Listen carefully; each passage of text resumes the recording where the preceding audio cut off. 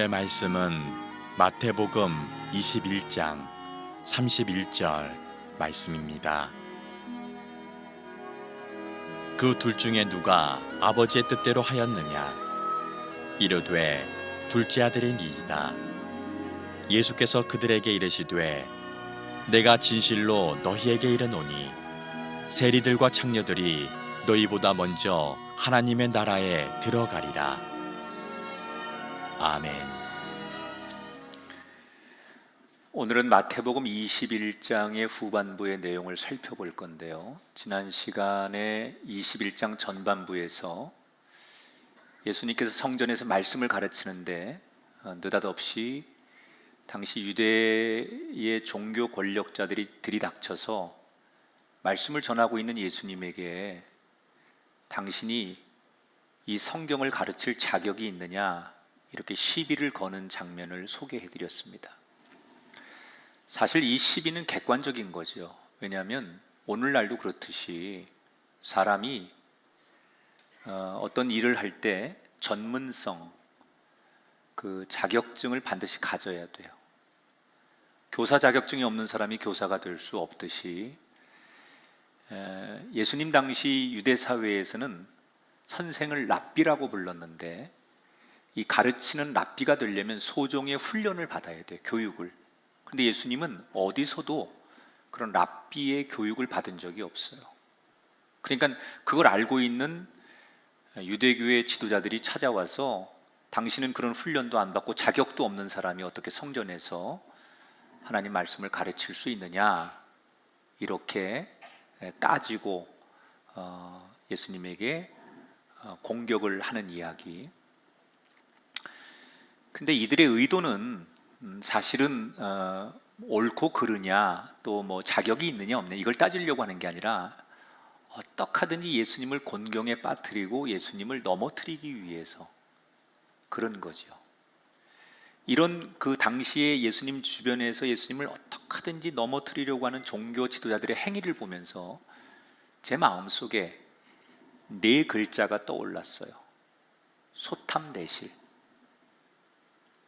이 사람들은 다른 목적이 없어요.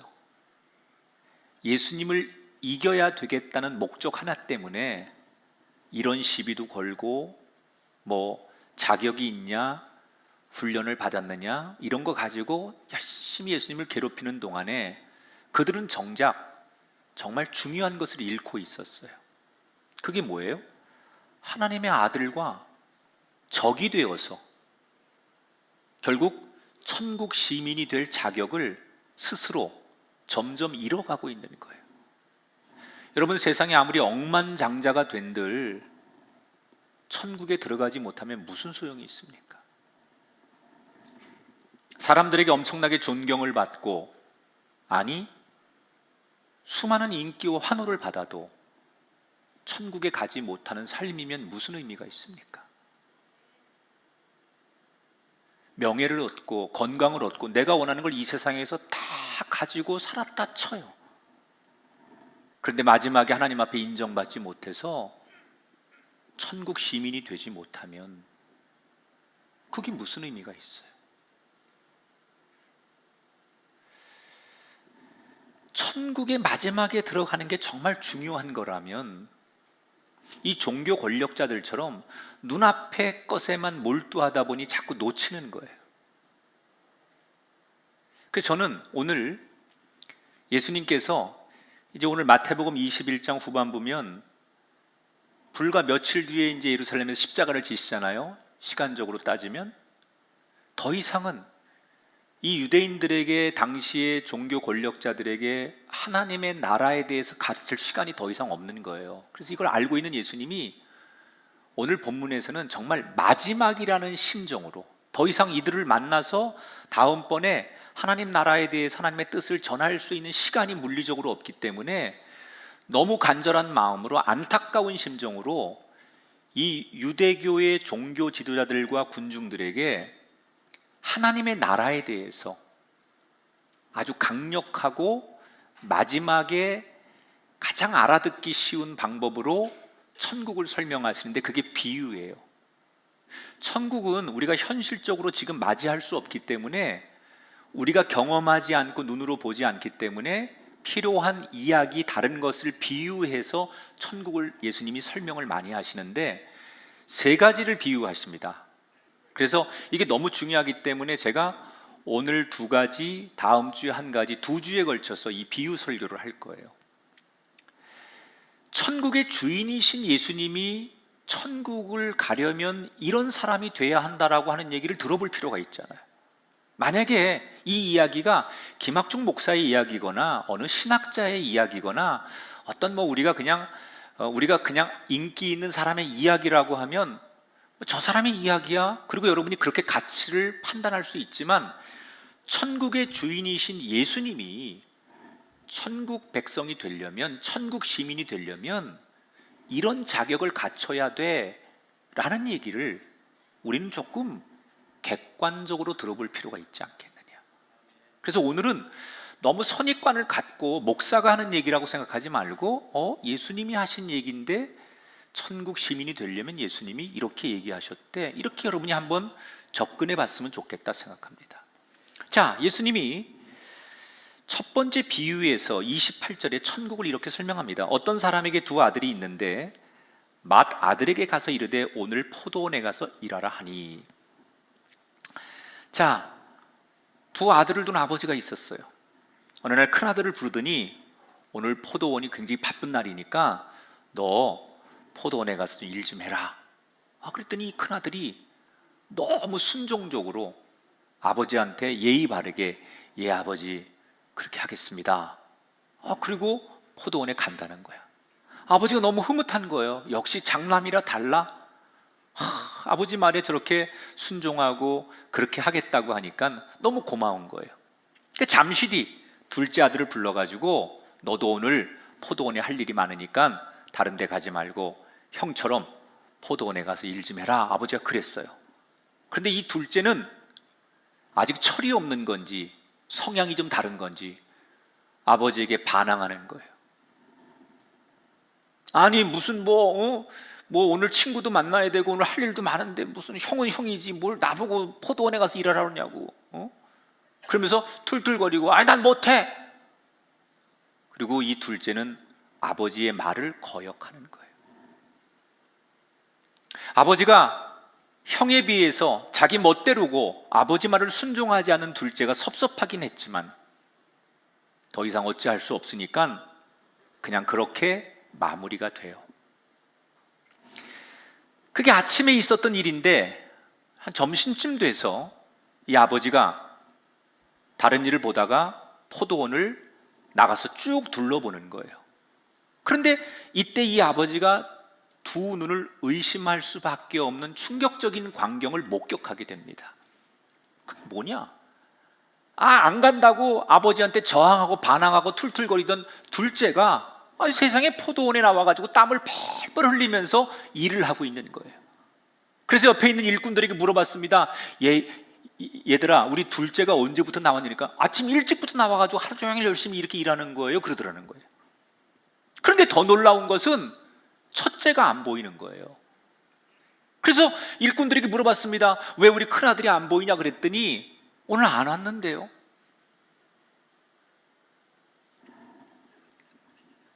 자, 이게 어떻게 된 거예요? 큰아들은 아버지 앞에서는 말로는 순종하고 그렇게 하겠다고 고분고분하게 대답을 했어요. 그런데 계획적이었는지 중간에 마음이 바뀌었는지 모르지만 말하고 행동이 달랐어요. 아버지한테는 알았어요 가서 할게요 라고 했지만 실제로 포도원에 오지 않고 중간에 다른 데 가서 놀고 있는 거예요. 반대로 작은 아들은 아버지 앞에서는 툴툴거리고 저항도 하고 반항도 하고 짜증도 내고 그랬지만 자기가 중간에 아버지의 말을 따라야겠다고 결심한 계기가 뭔지는 모르지만 말은 그렇게 했어도 아버지의 말을 마음에 담았다가 실제로 행동은 이 포도원에 와서 열심히 일을 하는 거예요. 자, 예수님께서 지금 이 비유를 천국 얘기를 하면서 이 상황을 언급하신 이유가 뭘까? 이게 이제 비유는 상징적인 거니까 풀어야 되잖아요. 우선 이 비유에 등장하는 큰아들은 당시에 유대교의 성전의 지도자들, 뭐 제사장, 서기관, 바리새인들, 이런 사람들을 지칭하는 거예요. 이 사람들은 비유 속에 등장하는 큰 아들처럼 하나님 말씀 앞에 순종할 것처럼 늘 말로는 그러는 사람들이에요. 성전에 가서 예배드리고 기도하고 말씀을 묵상하고 늘 큰 아들처럼 겉으로는 하나님 앞에 순종할 것처럼 말해요. 그런데 어느 날 예수님이 오셔서 정말 하나님 나라에 대한 진리, 하나님 마음을 전할 때 이 사람들은 오히려 그 말씀을 무시하고 거부하고 저항했던 사람들이에요. 그러면 이 비유에 등장하는 둘째 아들은 누구냐? 그 당시 종교 권력자들이 봤을 때 사람 같지 않은 사람들, 저 죄인들, 인생 찌꺼기 쓰레기 같은 존재들, 그게 누구냐? 예수님 당시에 세리, 창녀, 아니면 강도짓을 했거나 도둑질 해가지고 소위 사람들이 죄인이라고 손가락질하는 사람들, 이런 사람들이 비유 속에 등장하는 둘째 아들이에요. 이 사람들은 하나님이 말씀했을 때 제멋대로 살았던 사람들이에요. 그런데 어느 날 세례 요한이 오고 예수님이 오셔서 회개의 복음을 전하고 예수님이 진리의 말씀을 주셨을 때 비록 과거에는 사람들에게 손가락질을 받을 만큼 살았지만 예수님 말씀 앞에 자신의 잘못을 뉘우치고 회개하고 지금 말씀대로 사는 거예요. 여러분, 예수님께서 늘 타인들에게 공격의 대상이 됐던 주제 중에 하나가 뭐냐? 야, 너희 선생은 어떻게, 예수님은 거룩한 분이 늘 세리, 창녀, 이런 강도, 어떻게 그런 사람들하고 어울리냐? 거룩한 분이 하나님의 말씀을 전하고 하나님 나라를 위해서 일하는 분이 어떻게 그런 더러운 찌꺼기 같은 죄인들하고 어울려 다닐 수 있느냐? 그러면서 늘 예수님을 공격하는 주제가 바로 그런 거였거든요. 그래서 다 그게 연결이 되는 거죠. 그러면 이 둘 중에 하나님은 누구를 먼저 천국 시민으로 인정하실까? 종교 권력자들의 입장에서는 아니, 내 평생을 예배하고 성전을 지키고 하나님을 입에 달고 사는 우리가 당연히 천국에서 하나님 앞에 먼저 인정을 받지라고 생각했을 거예요. 근데 예수님이 뭐라고 말씀하세요? 착각하지 말아라.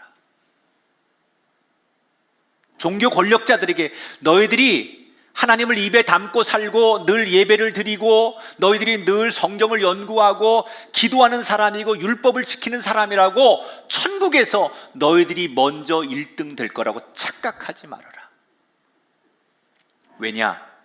지금 예수님이 말하는 이 비유 속에 등장하는 둘째 아들이 아버지에게 인정받듯이 하나님도 작은 아들과 같은 죄인들을 회개하고 돌이켰기에 먼저 인정하신다, 그런 뜻이에요. 자, 보세요. 큰아들이 아버지에게 더 공손했는데 왜 아버지는 작은 아들을 인정하는 거죠? 아니, 종교 권력자들이 늘 성전 중심으로 살고 말씀을 외우고 기도도 더 많이 하고 금식도 했는데 왜 죄인들을 천국에서는 먼저 인정하죠? 바로 요 대목이 천국의 주인이신 하나님이 천국 시민이 되려면 이 자격을 갖추어라 라고 말씀하는 부분이에요. 그게 뭐냐? 따라합시다. 천국은 말이 아니라 행함의 열매로 가는 곳이다. 지금 이 비유 속에 등장하는 아버지에게 제일 필요한 것은 공손한 말, 달콤한 말, 멋진 말이 아니에요. 물론 아버지에게 그런 것까지 있으면 더 좋겠지요. 그러나 정말 중요한 것은 말보다 행함으로 아버지 말을 따르는 삶의 열매를 보이는 둘째가 필요한 거예요. 아버지가 말한 대로 포도원에 가서 일을 했느냐, 삶으로 내가 살아가는 삶의 행위로 그 아버지의 뜻을 이루어냈느냐. 이 비유 속에 둘째 아들은 삶으로, 자기의 행함으로 열매를 보여줬기 때문에 그가 아버지에게 인정을 받았다는 거예요. 하나님도 마찬가지예요. 종교 지도자들처럼 거창하게 기도하고 뭐 화려하게 뭘 이야기한다고 해서 입으로는 하나님을 아무리 부르짖는다고 해서 하나님 그거 안 본다는 거예요. 늘 무슨 뭐 거룩한 얘기하고 뭐 그런 간증하고 입에다가 별 얘기를 다 해도 하나님 그 말을 보시는 분이 아니라는 거예요. 때로 그 사람이 좀 표현을 잘 못하고 아니 투박하고 삐뚤어진 얘기를 할지라도 어느 순간에 그 말씀에 뉘우치고 말씀대로 살려고 노력하는 행함이 있는 삶으로 하나님 앞에 자신을 보여주려고 할 때 하나님이 그 사람의 진심을 받아주신다는 거예요. 저는 이게 정말 우리에게 필요한 얘기라고 생각해요. 언젠가부터 우리 사회는 말 잘하는 사람, 또 이야기 잘하는 사람, 이런 사람들을 인정하는 시대가 되었어요. 그래서 토론 잘하고 연설 잘하면 그게 지도자인 줄 알아요. 물론 요즘 젊은 연인들도 재미있는 남자, 유쾌한 여자, 이게 굉장히 그 자기가 만나는 파트너에 대한 우선순위입니다. 그러니까 결국 말 잘하는 거죠. 그러니까 우리의 기준으로 보면 연설 잘하고 토론 잘하고 논리 있고 뭐 그런 거 너무 중요하다는 거예요. 그게 사람들에게 인정받을 수 있는 조건이라는 거예요. 그러다 보니까 우리 사회가 지금 어떤 방향으로 흘러가느냐, 말 잘하는 법을 배우기 위해서 학원도 다니고 레슨도 받고 심지어 그런 책들은 불티나게 팔립니다.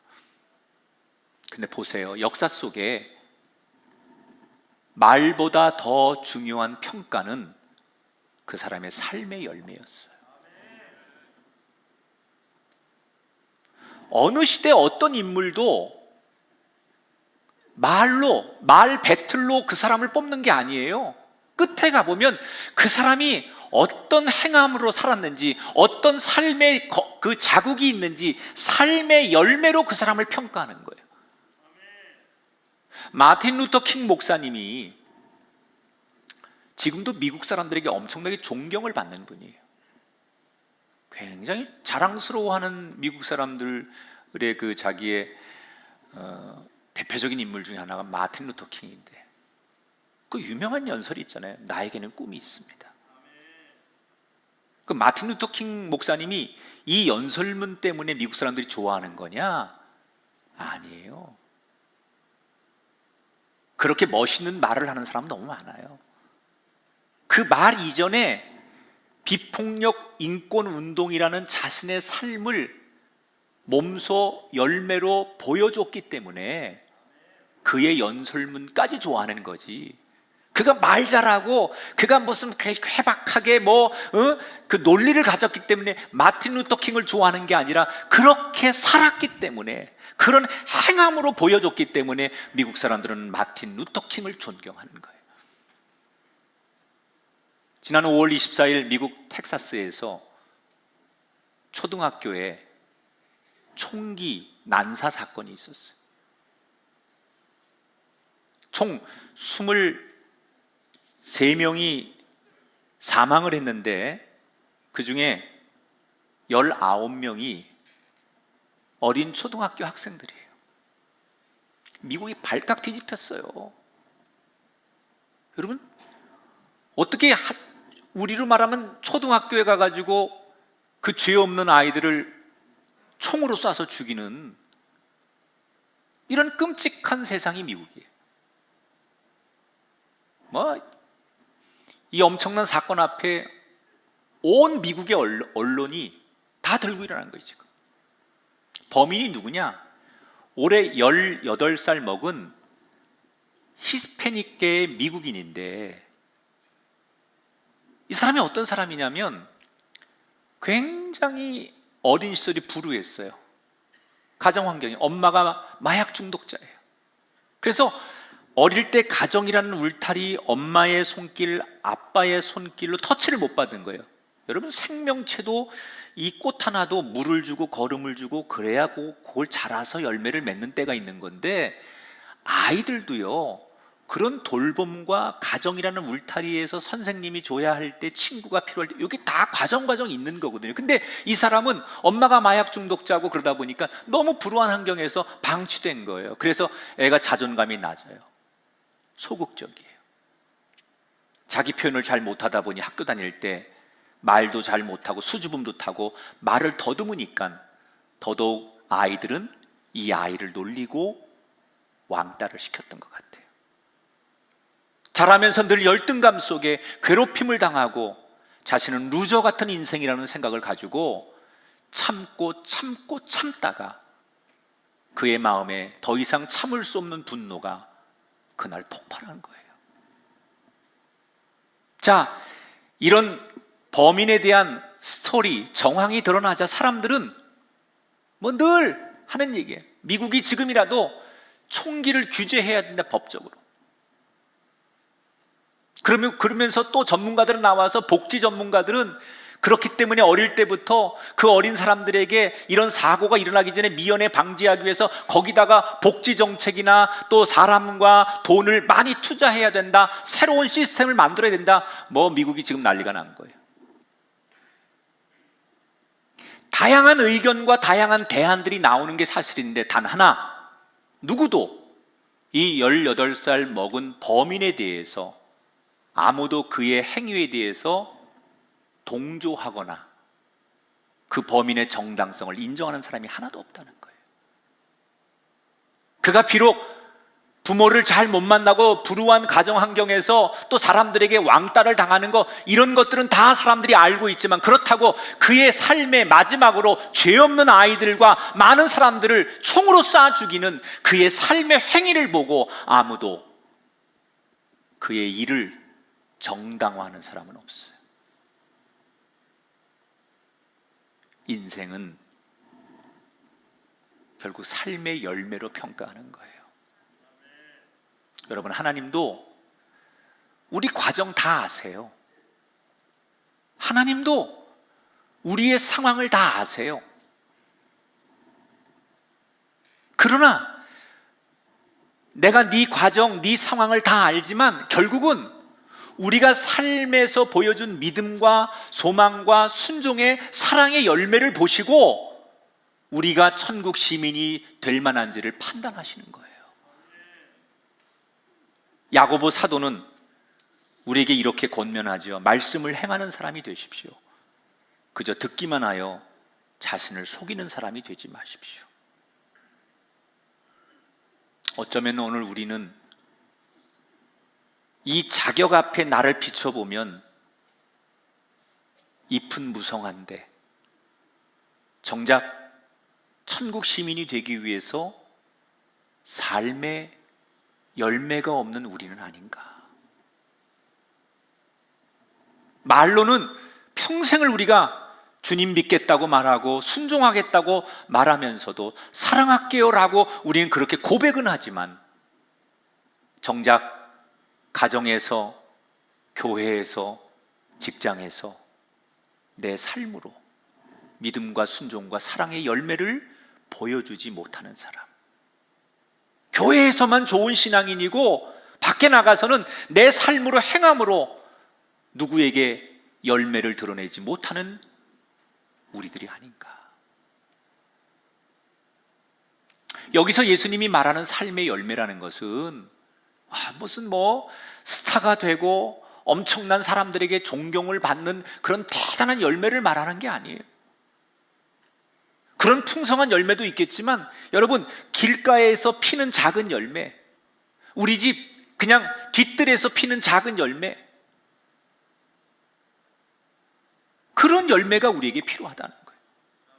너무 화려하고 대단하고 보여주기식의 열매가 아니라 있는 듯 없는 듯 그저 저 산골에 사람의 손이 닿지 않는 곳일지라도 그곳에서 맺혀지는 열매, 그 열매를 보시고 하나님은 우리가 천국 시민이 될 자격이 있다고 말씀하는 거예요.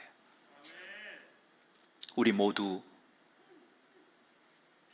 천국의 주인이신 주님이 하시는 말씀이니까, 그래, 내가 정말 천국 시민이 되기 위해서 내 남은 인생 삶의 열매, 행함의 열매, 이것이 나의 인생의 목표가 되고 거룩한 길이 되기를 주님의 이름으로 축원합니다. 자, 이 첫 번째 비유를 마치시고 다시 두 번째 비유로 천국을 또 설명하세요. 천국 시민이 되려면 이 두 번째 자격을 갖추라는 거예요. 이번에 무슨 얘기를 들려주시냐면, 예수님께서 어떤 사람이 큰 포도원을 만들어 가지고 엄청난 포도원을 크게 만들어서 거기에 농부들에게 그 농지를 임대하는 거예요. 근데 여러분, 이게 역사적으로 좀 이해하셔야 되는 게, 예수님 당시 유대 땅은, 큰 땅이나 큰 농장은 대개 이방인들이 많이 소유했었어요. 예수님 당시 유대 땅은 로마의 식민지였고, 그래서 스스로 자기들이 땅을 가지고 농작할 만한 힘들이 유대인들은 없었고, 웬만큼 큰 소유는 다 이방인들에게 뺏기고, 이방인들이 그 주인이 돼서 유대인들에게 소작농으로 임대를 주는 거예요. 그러면 유대인들은 그 이방인들의 땅을 빌려가지고 임대료를 주면서 농사를 짓는 거예요. 지금 그런 배경에서 예수님께서 비유를 말씀하시는 거예요. 여기서 지금 이 농장 포도원의 주인은 하나님을 말하는 거고, 그 주인이 하나님이 임대를 준 농부들은 종교 권력자들을 비유하는 거예요. 주인이 자기가 만든 포도원을 잘 관리하라고 그렇게 했듯이 종교 권력자들에게 하나님이 만든 세상을 잘 관리하라고 당부하셨어요. 자, 시간이 지나서 추수 때가 되었습니다. 주인이 당연히 내가 임대를 준 거니까 임대료를 받으러 자기 종들을 보낸 거예요, 농부들에게. 그런데 웬일입니까? 추수 때가 되어서 당연히 임대료를 줄 줄 알았던 이 농부들이 임대료를 받으러 온 주인의 종들을 때리고 심지어 죽이는 거예요. 너무 기가 막힌 일이 벌어진 거예요.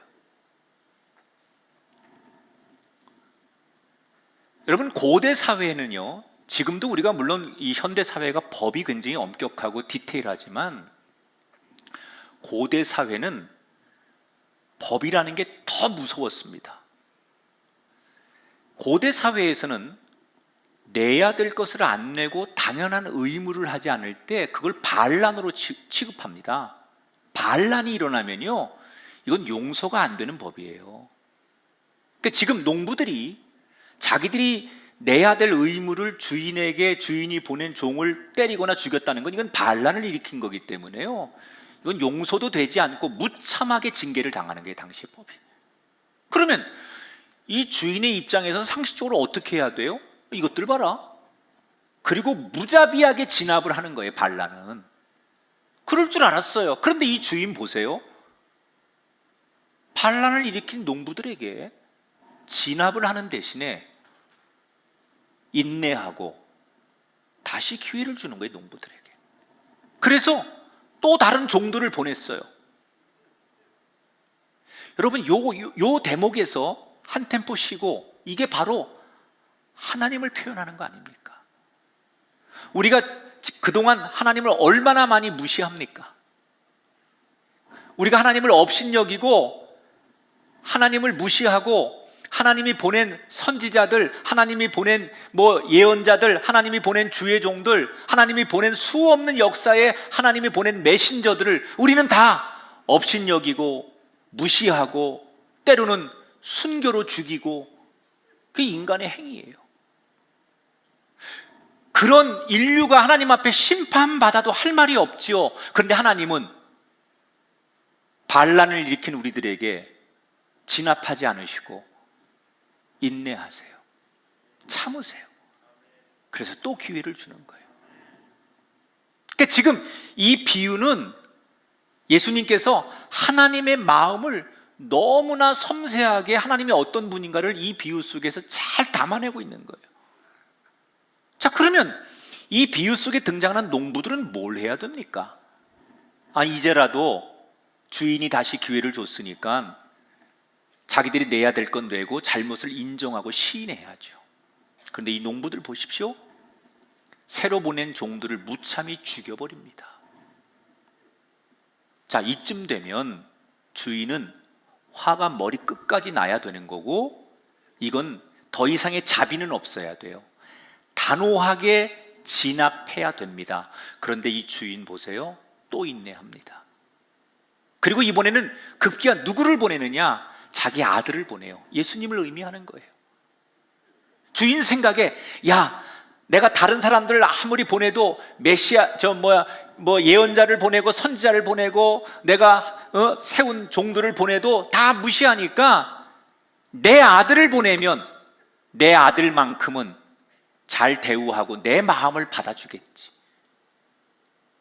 그래서 아들을 보내는 거예요. 일말의 기대감을 가지고 아들을 보내요. 그런데 그 기대는 산산조각 납니다. 이 농부들이 뭘 하는가 볼까요? 38절 39절 농부들이 그 아들을 보고 서로 말하되 이는 상속자니 자 죽이고 그의 유산을 차지하자 하고 이에 잡아서 포도원 밖에 내쫓아 죽였느니라. 농부들이 뭐라고 말해요? 저 주인의 유일한 아들인 저 아들이 우리 포도원 농장의 상속자인데 저 아들만 죽이면 이 포도원 물려줄 사람 없으니까 우리 거 될 수 있어. 이런 논리로 아들을 죽였다는 거예요. 여러분, 이게 뭐예요? 착각을 넘어서 망각하는 거예요.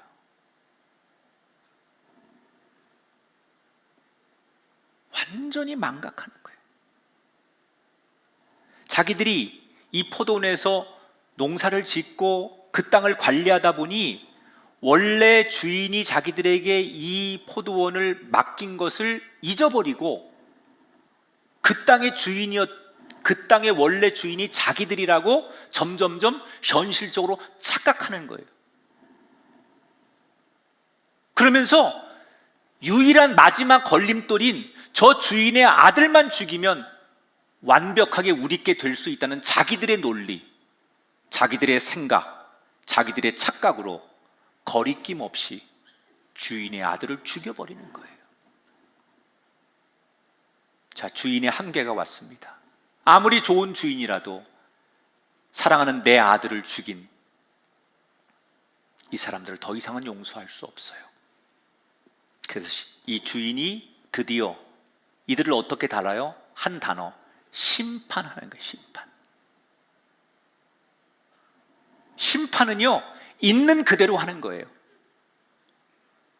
심판이라는 것은 그들이 한 행위와 결과를 가지고 그대로 상을 주고 벌을 주는, 그게 심판입니다. 그래서 이 주인이 마지막에 이 농부들을 심판하고, 악한 농부들을 심판하고 그 땅을 더 좋은 농부들에게 맡기는 것으로 두 번째 비유의 이야기가 끝나요. 자, 이 비유에서 예수님이 전하려고 하는 가장 핵심적인 메시지는 뭐냐? 이 농부들이 어찌 이렇게 비상식적인 행위를 했을까? 자기들에게 기회를 준 포도원 주인의 그 착하고 선한 마음을 왜 오히려 이렇게 악하게 되갚았을까? 여러분, 우리가 그냥 객관적으로 들어도 그러면 안 되잖아요. 얼마나 은혜를 입었는데, 얼마나 여러분 상식적이고 얼마나 대단히 배려하고 얼마나 기가 막힙니까? 누가 들어도 이건 말이 안 되는 거예요. 그런데 이 말 안 되는 행동을 왜 농부들은 하게 되고, 말 안 되는 행동들을 농부들은 꺼리낌 없이, 죄의식 없이 그렇게 한 걸까? 도대체 농부들의 그 양심을 망가뜨린 원인이 뭘까? 바로 이 대목이 하나님이 인정하시는 천국 시민이 되는 두 번째 자격이에요. 그게 뭔지 아십니까? 자기 중심의 옷을 벗는 거예요. 천국은. 이 농부들의 문제는 뭐예요? 내 생각, 자기의 중심성. 온통 사건을, 세상을, 타인을 내 중심으로만 보는 거예요. 내가 원하니까, 내가 좋으니까, 내가 필요하니까 온통 모든 사물을, 모든 사건을 나 중심으로 보는 거예요. 그러니까 포도원도 당연히 내 것이 돼야 되는 거예요. 사람이 그 이기적인 마음의 끝은 뭔 줄 아십니까? 내 생각이 맞기 때문에 내 중심적인 사고를 벗어나지 못하면 사람을 죽이는 거예요. 양심의 가책을 못 받습니다. 그러면 왜 이렇게 된 걸까요, 농부들이? 이유는 하나예요. 자기가 받은 것을 잊어버렸기 때문에 그래요. 물론 처음에 농부들이 그러지 않았을 거예요. 아유, 주인이 우리에게 이 땅을 맡겨줬어. 많은 농부들에 비해서 우리는 혜택을 입은 거야. 처음에는 나 같은 사람에게 이 작은 땅이라도 맡겨준 것을 너무나 감격해하고 감사했을 거예요. 그런데 시간이 지나면서 점점점 잊어버리니까 서서히 감격이 뭐예요? 내가 주인이라는 착각에 빠져들기 시작한 거예요. 여러분, 우리가 가만히 돌아보면 자식이 내 겁니까? 여러분의 생명과 건강이 내 겁니까? 정말 우리가 은혜를 입고 하나님 앞에 정말 바로 섰을 때는 하나님이 내게 생명도 주시고 건강도 주시고 이 자녀도 주신 거고 지금 이 집도 하나님 주신 거고 내가 일할 수 있는 삶의 터전 여기까지 인도하신 에베네셀 하나님, 그게 우리의 정상적인 고백 아닙니까? 그 은혜가 우리에게 있었잖아요. 그런데 어느덧 우리가 살다 보니 무뎌지는 거예요. 다 내가 노력해서 이렇게 진급도 한 것 같고 내가 지혜를 발휘해가지고 투자도 해서 돈도 모으고 내가 이렇게 열심히 해가지고 이 권력의 자리까지 올라가고 내가 노력해서 경쟁해서 여기까지 왔으니 내가 한 거라고 착각하는 거예요. 처음에는 너무 감사했고 너무 감격했고 하나님 나한테 이런 기회를 주시고 나를 여기까지 인도하셔서 너무 감사합니다. 그래서 소소하고 작은 것도 감사하던 우리가 언젠가 점점 풍요로워지고 넉넉해지고 많아지다 보니 이 농부들처럼 감사가 없는 것은 당연하고 내가 주인이 된 것처럼 착각에 빠지는 거예요. 지금 예수님은 이 종교 권력자들에게 지금 너희들이 이렇게 살고 있지 않느냐고 물으시는 거예요. 그러면 이 사람들은 지금이라도 빨리 자기 중심적인 사고에서 벗어나서 내가 하나님 앞에 받은 것을 다시 기억하고 하나님을 진짜 주인으로 모시라고 예수님은 말하고 싶은 거예요.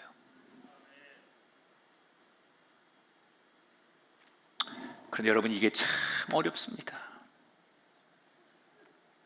저는 요즘 가끔 이렇게 단독 주택에 사시는 분들이나 농사 짓는 분들이 흔히 웃으면서 하는 얘기가 있어요. 목사님, 이 자연은요, 뭘 아무것도 뿌리지도 않았는데 왜 그렇게 잡초가 잘 자라고 가라지가 왜 그렇게 잘 자라고 열심히 뽑아놓고 돌아서 땀 한번 딱 이렇게 닦고서 돌아보면 또 자란대.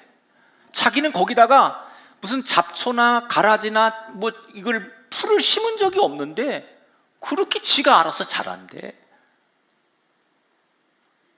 인간의 본능은요, 우리는 아무것도 안 하고요, 죄를 지으려고 해서 인간이 죄인이 아니라 본능적으로 인간은 가만히 놔두면 아무 짓도 안 해도 그냥 늘 인간은 자기 중심적으로 가려는 본능이 있어, 인간은.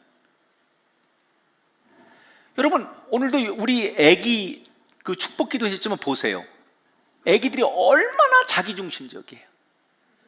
엄마가 뭐 새벽 1시고 2시고 없어요. 지 배고프면 아무 때나 울어 제낍니다. 달라 이거야. 걔한테 야, 너 배고프면 울어, 막 자지러져, 발을 덩덩거리고 막 그러면 엄마가 우유 줄 거야, 젖 줄 거야, 가르친 적이 없어요. 기저귀가 척척하면 막 악을 써. 그러면 엄마가 알아차릴 거야. 그걸 여러분 아이한테 교육시킨 적이 없어요. 아기가 스스로 본능적으로 아는 거야. 엄청나게 은혜 받았다. 이게 인간이란 말이에요. 우리가 무슨 죄를 지으려고 짓는 게 아니라 인간은 가만히 두면 항상 자기 중심적이에요. 그 뉴스 보면 애나 어른이나 좀 우리가 훌륭하다고 생각하는 지도자나 저 밑에 시장에서 장사하는 분들이나 다 보면 내가 원한다는 이유로, 내가 그렇게 생각했다는 이유로 서슴없이 사기도 치고 도둑질도 하고 폭력도 휘둘러요. 다 내가 중심이 되기 때문에. 예수 믿는 우리는 뭐가 다를까요? 교회를 다닌다고 우리가 뭐가 다를까요? 우리도 늘 보면 자기 중심에 끌려다녀요. 여러분, 지금 우리에게 필요한 게 뭘까요? 하나님이 나에게 이걸 주셨어. 하나님이 나에게 이렇게 은혜를 주셨어. 하나님이 우리에게 기회를 주셨어. 너무나 당연히 여기던 것을, 내가 너무나 당연히 여기던 이 자리와 너무나 당연히 여기던 이 모든 조건을 기꺼이 하나님 앞에 드리고, 이건 하나님이 주신 거야. 나는 하나님 없이는 내가 어떻게 여기까지 살 수 있어.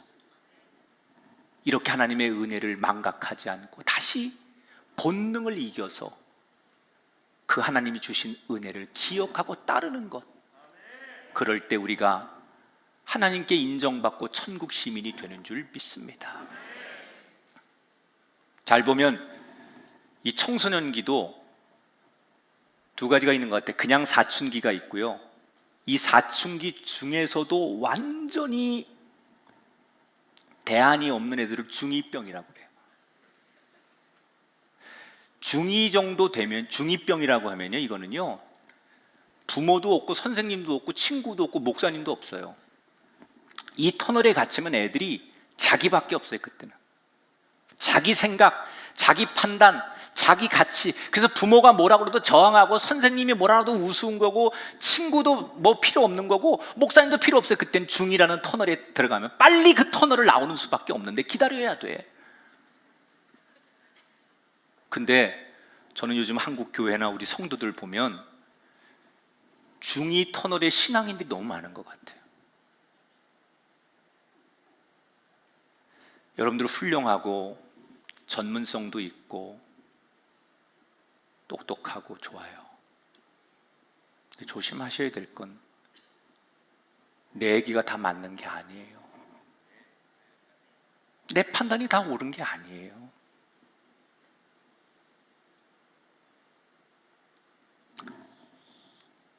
하나님의 뜻과 생각, 자기 중심에서 벗어나려면 내가 주인이라고 착각하던 포도원 농부의 모습을 벗어나야 될 줄 믿습니다. 하나님 주신 은혜를 기억하면서 하나님을 주인으로 모시는 자가 되어서 하나님께 인정받고 당당한 천국 시민의 자격을 얻으시기를 축원합니다. 원한다고 다 천국 가는 거 아닙니다. 인정받는 자격이 있어야 됩니다.